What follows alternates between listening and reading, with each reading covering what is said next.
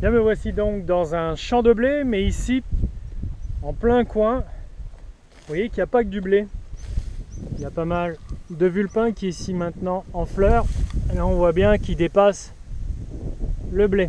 Alors ça, c'est quoi? Pourquoi ici dans ce coin il y en a autant? C'est que j'ai fait donc un loupé au désherbage à l'automne. Ma rampe, c'est-à-dire la pulvérisation, s'est mal faite ici au départ. J'ai été reculé ici. Ensuite, j'ai avancé. Du coup, sur à peu près une vingtaine de mètres carrés, toute cette zone-là, il y a autant de vulpins et je vois aussi quelques bromes. Il y a autant de mauvaises herbes que de blé. Donc ce que je vais faire, je ne vais pas les arracher comme j'ai pu vous faire voir l'année passée. Là, il y en a beaucoup trop. Là, ce que je vais faire, je vais complètement détruire cette zone. Car si je la laisse monter en graines, bon, là, elle est qu'en fleurs. Là, il est toujours temps de l'atteindre. Je vais pouvoir, là, en débroussaillant, je vais complètement détruire cette zone et je vais donc détruire le blé. Ce que je ne veux pas que la zone se rensemence en mauvaises herbes. Si je laisse un pied de vulpin qui est à peu près donc tous ces épis, c'est au moins 5000 graines de vulpin qui se dissémineront au moment de la récolte avec la batteuse. Lorsque je viendrai ici avec la batteuse, à l'arrière, je ferai un semis important. La destruction tout de suite.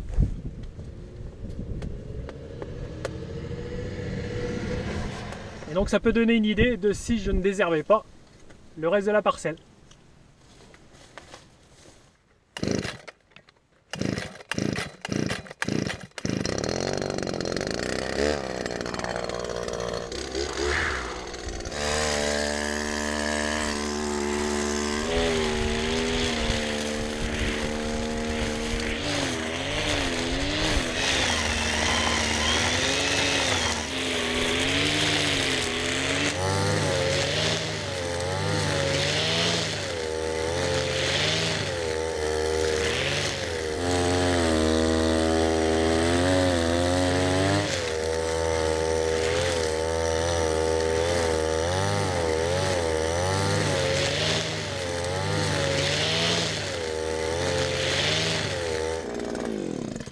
Donc ça fait un petit peu mal au cœur, mais bon, c'est un mal cette année, mais pour un bien pour les années futures. Il faut savoir que le vulpin, là, il va concurrencer le blé en pompant ses nutriments et puis l'eau, mais aussi il peut être un hôte, c'est-à-dire il peut être porteur de maladies et les transmettre au blé.